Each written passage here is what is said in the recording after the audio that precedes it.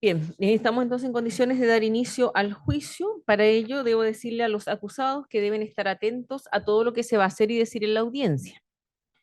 Ustedes pueden entrevistarse de manera privada con sus abogados defensores, ojalá sin interrumpir el curso de la audiencia. Sé que es medio difícil por el tema de las láminas que hay, pero se la pueden tocar o hacer alguna seña para que yo sepa que quieren hablar con su abogado defensor, ¿ya? En su momento yo les voy a preguntar si ustedes desean declarar o bien deciden guardar silencio. Es su derecho. Pueden declarar o guardar silencio. Eso no tiene ni una consecuencia para ustedes, digamos. Em, y eso, deben estar atentos. Bien, voy a dar a continuación lectura al auto de apertura en el cual se contienen los hechos que se les están imputando. Presten atención a lo que yo voy a leer, porque si es que declaran respecto de esos hechos, es que tendrán que referirse. El auto de apertura es de fecha 9 de agosto del año 2023 y los hechos que se imputan son los siguientes.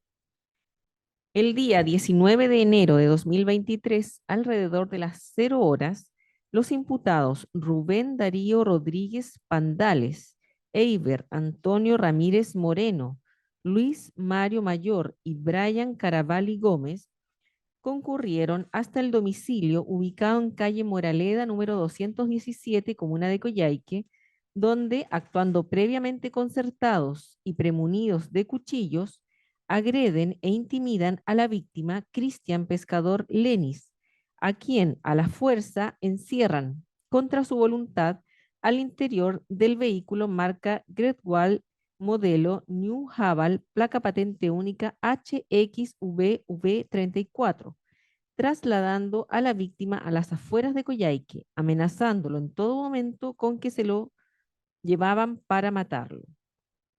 Durante el trayecto, Eiber Ramírez Moreno apuñala a la víctima en una de sus piernas, deteniendo su marcha a la altura de la ruta 7 Sur, kilómetro 624, en una curva donde señalan a la víctima que lo matarán, momentos en que el vehículo en el cual viajaban los imputados con la víctima es fiscalizado por personal de carabineros, percatándose estos que la víctima se encontraba secuestrada. A consecuencia de los hechos, la víctima resultó con policontusiones y una herida cortopunzante en tercio medio anterior del muslo izquierdo, con exposición del tejido subcutáneo de aproximadamente 5 centímetros de carácter menos grave. Calificación jurídica. A juicio de la Fiscalía, los hechos descritos son constitutivos del delito de secuestro y lesiones menos graves de los artículos 141 y 399 del Código Penal, ambos en grado de consumados. En cuanto a la participación, la Fiscalía imputa a los acusados participación en calidad de autores ejecutores directos del delito. En cuanto a las circunstancias modificatorias de responsabilidad penal, a juicio de la Fiscalía respecto de los acusados Ramírez Moreno, Caravalli Gómez y Rodríguez Pandales, concurre en la especie la circunstancia atenuante de responsabilidad contenida en el artículo 11, número 6 del Código Penal. Esto es su irreprochable conducta anterior. Respecto del acusado mayor, concurre la agravante contenida en el artículo 12, número 14 del Código Penal al encontrarse actualmente cumpliendo condena. La pena que se pide es la siguiente: para Eiber Antonio Ramírez Moreno, Rubén Darío Rodríguez Pandales y Brian Caravalli Gómez, las penas de 4 años de presidio menor en su grado máximo y 300 días de presidio menor en su grado mínimo. Y respecto del acusado Luis Mario Mayor, las penas de 5 años de presidio menor en su grado máximo y 540 días de presidio menor en su grado mínimo, por los delitos de secuestro y lesiones menos graves respectivamente. Las accesorias del artículo 28 del Código Penal, el comiso de los cuchillos, celulares y del vehículo incautado, el pago de las costas de la causa.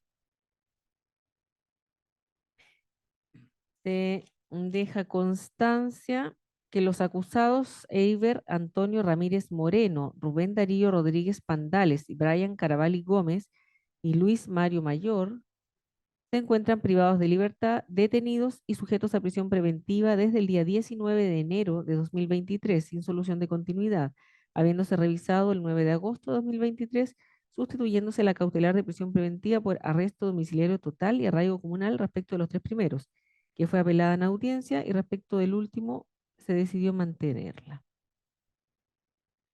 Bien, señor fiscal, 4 minutos para su alegato de apertura. Gracias, señoría. Magistrados, como ya se pudo apreciar en la lectura de hechos, el caso que se trae hoy a estrados es un caso grave. Es un caso grave que en todo caso tiene una penalidad relativamente baja. O sea, porque estamos hablando de pena de presidio menor en su grado máximo, es decir, una pena de simple delito, pero que de todas maneras habla de un hecho que consiste en la privación de libertad de una persona que es lesionada mientras está privada de libertad y a la cual se amenaza con que se va a matar. En ese sentido, estamos en presencia de una figura de secuestro simple que tiene una pena tope, 5 años. Ahora, la pena no debe confundirnos. La posible penalidad no debe confundirnos. Estamos en presencia de un hecho grave, donde 4 sujetos, los 4 imputados aquí presentes, llegan hasta un lugar donde se encuentra la víctima con su polola. A la fuerza, con amenazas y con cuchillos, lo suben a un vehículo y se lo llevan de Coyhaique, porque estos hechos de tomar a la víctima suceden en calle Moraleda casi esquina eh, Manuel Rodríguez, y se lo llevan de la ciudad hasta un punto del camino a Balmaceda, específicamente a los pies del Cerro La Virgen, donde está el acceso al sector El Peludo, que es una curva del camino que habitualmente es conocida porque es camino a Balmaceda antes del Blanco. Lo golpean, uno de los imputados le clava un cuchillo y le da un punzazo en un muslo, causándole lesiones menos graves, y durante todo el trayecto le indican que lo van a matar. Cuando el vehículo llega a este lugar que indico, en esta curva, el sector El Peludo, se estaciona, el que va de copiloto desciende, y producto de las cosas de la vida, pasa una patrulla de carabineros que ve este vehículo estacionado en curva, con las luces apagadas, y lo fiscalizan. Y al momento de fiscalizarlo, se dan cuenta que sucede algo extraño, porque en el asiento de atrás, entre 2 de los imputados, va la víctima, visiblemente lesionada, sin su polera, va a torso desnudo y pidiendo ayuda, razón por la cual los carabineros proceden a la detención y la víctima les refiere que fue secuestrado y que se encuentra en dichas condiciones, siendo recién auxiliado por los funcionarios policiales. Tan grave es el hecho, su señoría, que pese a que tiene presidio menor en su grado mínimo, o sea, perdón, penas de presidio menor, y que 3 de los imputados tienen irreprochable conducta anterior, cuestión que viene reconocida en la acusación, se han mantenido en prisión preventiva todo el proceso investigativo. Pese a que en su minuto, como se leyó en el auto de apertura, se sustituyó la medida cautelar por arresto total, se apeló y la Ilustrísima Corte de Apelaciones de Coyhaique revocó la resolución y los mantuvo en prisión preventiva, que es la razón por la cual están hoy aquí con chaleco amarillo, ¿no es cierto?, custodiados por Gendarmería. O sea, pese a esa irreprochable conducta anterior, se estima que el hecho es de la mayor gravedad. ¿Por qué? Porque habla de conductas que son más propias del crimen organizado. Y si a ello le sumamos que respecto de a lo menos uno de los imputados existen rencillas previas con la víctima, podemos percibir que existe una situación de riesgo mayor respecto de la comisión de este hecho. Ahora, creemos, su señoría, que la prueba que se rendirá en el juicio será suficiente, 1, para acreditar el hecho, 2, para acreditar la participación de los 4 imputados, los que además, producto de la forma del procedimiento, fueron detenidos en flagrancia, o sea, fueron detenidos con la persona secuestrada en su poder. Y en base a ello, es que, su señoría, vamos a solicitar se dicte veredicto condenatorio. No hay que dejar de observar un aspecto. Cuando cuando la víctima la toman a la fuerza y la suben al vehículo, va un imputado manejando, un segundo imputado de copiloto, un imputado al lado de la víctima y el otro imputado al otro lado de la víctima. Es decir, la víctima no tenía ni una posibilidad de escape. Y en esas circunstancias es amenazado y lesionado. Con ello, magistrado, es que insistimos, vamos a solicitar que en definitiva, posterior a la prueba, se dicte veredicto condenatorio. Bien, la defensa, doña Paola, al mismo tiempo. Gracias, juez presidenta. La defensa va a solicitar al tribunal de sus señorías que no consideren ciertas circunstancias. Por ejemplo, no viene al hecho el que mis representados se encuentren sujetos a la medida cautelar de prisión preventiva porque se hayan mantenido durante toda la investigación, como lo dice el auto de apertura, esta medida cautelar fue revocada y fue la Ilustrísima Corte de Apelación y hay que quien la mantuvo. Pero eso es un hecho que no viene a la acusación por la cual están siendo juzgados el día de hoy por el tribunal de sus señorías. Ellos están acá por lo que ocurrió hace 9 meses atrás. Justo todo comienza el 18 de enero de este año. El 18 de enero, y este hecho tiene 2 sitios del suceso. El primero es Moraleda 217. Moraleda 217 era el hogar de doña Lady Pandales, testigo de esta defensa. Lady Pandales es la madre de uno de los acusados, de Rubén Darío Rodríguez Pandales, y hermana de otro de los acusados, de don Brian Carabalí Gómez. Tienen distintos apellidos paternos, pero son hermanos por parte de la madre. Esta persona vivía en ese lugar, donde también vive, o vivía, no sé, el señor pescador.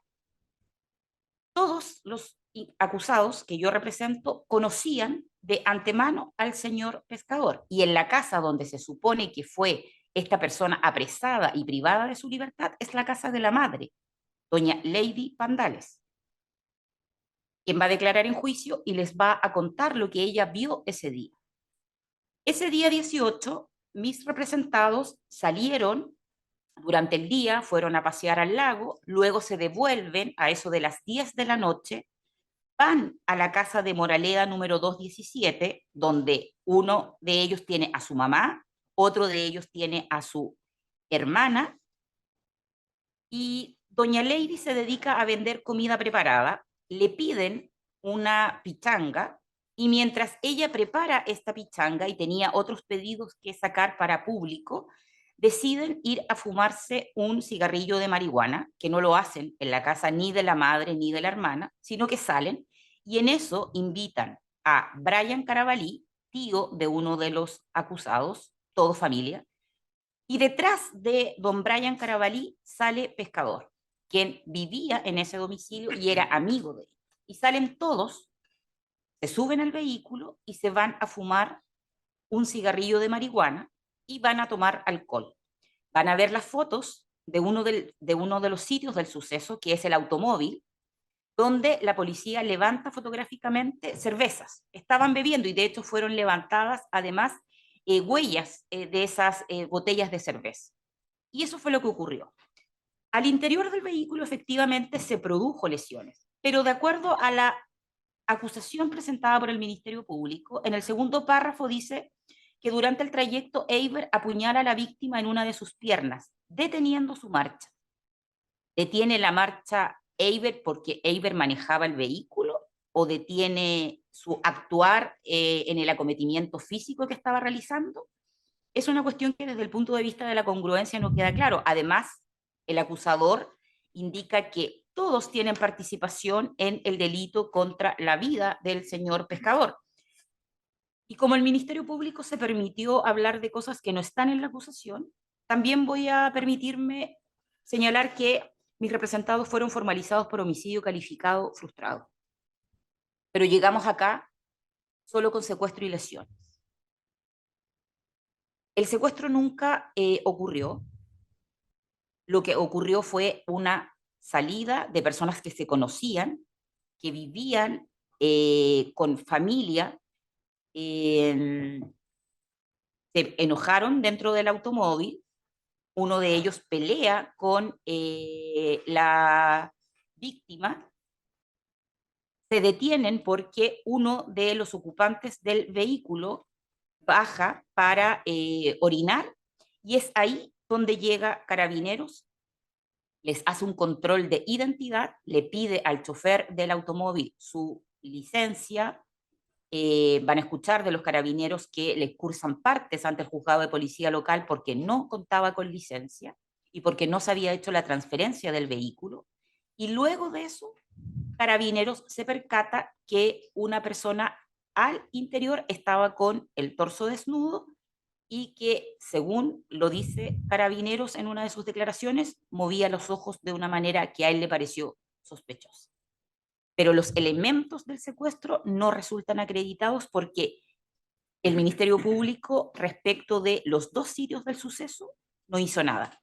Quiero llamar la atención por último, magistrado, es que si sacan a esta persona de manera violenta, como lo dice el señor fiscal, ante un caso grave de secuestro, en una comunidad como la de Coyhaique, donde estas situaciones no se ven diariamente, y son detenidos cerca del sector El Blanco, y se supone que de acuerdo al parte de detenidos y a la carpeta investigativa hay una testigo que corre detrás del auto, ¿por qué no hay una denuncia previa respecto de que se tomó a una persona y se le privó de su libertad, se le subió a un automóvil y se hubiese dado algún aviso a Carabineros para que se pudiese iniciar un procedimiento? Nada de eso ocurre. Y como lo dice el señor fiscal, efectivamente, esto fue un control aleatorio. Los Carabineros no van al vehículo del Blanco porque los estaban persiguiendo por haber secuestrado a una persona.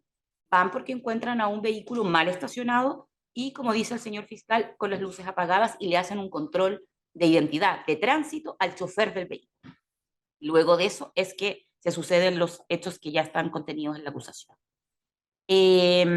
Por lo tanto, magistrado, cree la defensa que mis representados deben ser absueltos del tipo penal del artículo 141 del Código Penal por insuficiencia probatoria, y eso es lo que solicita esta defensa, que el tribunal arribe a dicha decisión luego de escuchar las pruebas tanto del Ministerio Público como la prueba propia de esta defensa. Gracias, magistrado. Bien, don Héctor, al mismo tiempo. Gracias, señoría. Efectivamente, no puedo sino coincidir con mi representada, con mi colega, respecto a los hechos relatados respecto a su representante.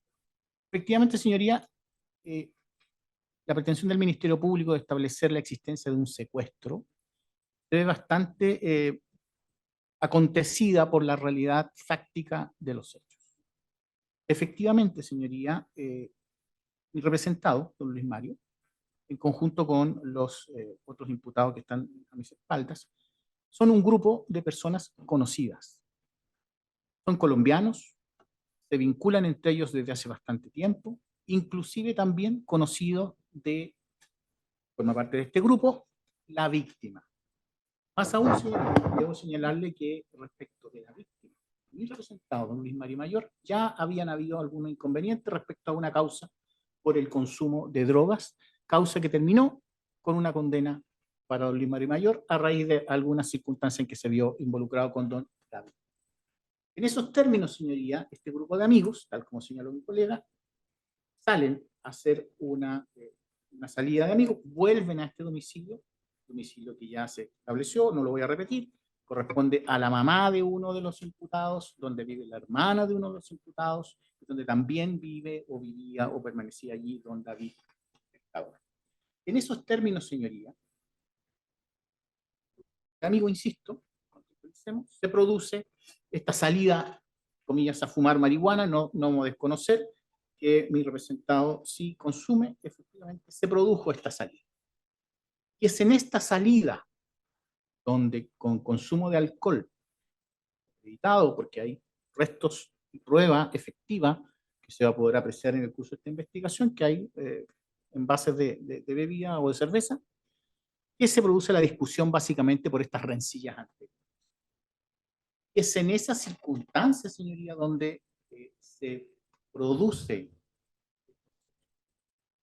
las lesiones, que en definitiva está claramente establecido, y aquí hago una diferencia, que respecto a la participación en esas lesiones de mi representado no existe ninguna posibilidad, porque ya está acreditado, incluso por la declaración de la propia víctima, quién fue quien lo apuñaló.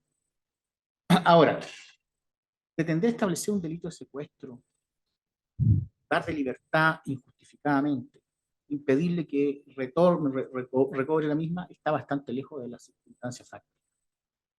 Aquí fue insisto, una reunión de amigos, una salida, una mala decisión de salir a fumar marihuana y tomar cerveza, que terminó lamentablemente, en esta rencilla. Por otra parte, señoría, aquí no hubo ni asalto al domicilio, como se pretende, porque si podemos analizar la prueba, los informes periciales no dan cuenta de eso. No dan cuenta ni de restos de pelea, ni de rastros de sangre, ni una circunstancia que permita establecer algo distinto. En esos términos, señoría, entonces creemos que la pretensión del persecutor en términos de establecer un secuestro no es posible establecerla o configurarla por la insuficiencia probatoria que vamos a tener. ¿Podrá existir otra circunstancia, otro elemento? Otro delito, no lo estamos discutiendo aquí, no es objeto de esta acusación, por lo tanto, instaremos eventualmente, y así lo solicitaremos a su señoría, por la absolución de mi representado en términos del delito de secuestro, porque no se configura. Respecto al delito de lesión, está claramente establecido, así se podrá apreciar quién fue el autor real. La comunicabilidad de este supuesto delito de lesiones. Luis Mario Mayor no participó en las lesiones. Se acredita con la declaración, se acreditará con la declaración de Carabineros, se acreditará con la declaración de la víctima y con las propias declaraciones si los diputados así deciden hacer. En esos términos, señorías, también instaremos, por cierto, por la absolución respecto a esta situación. En esos términos, señoría, entonces, existiendo insuficiencia de pruebas, existiendo no participación de representado en el delito de lesiones, no quedará otra esta defensa que solicitar la absolución de representado por los ministros.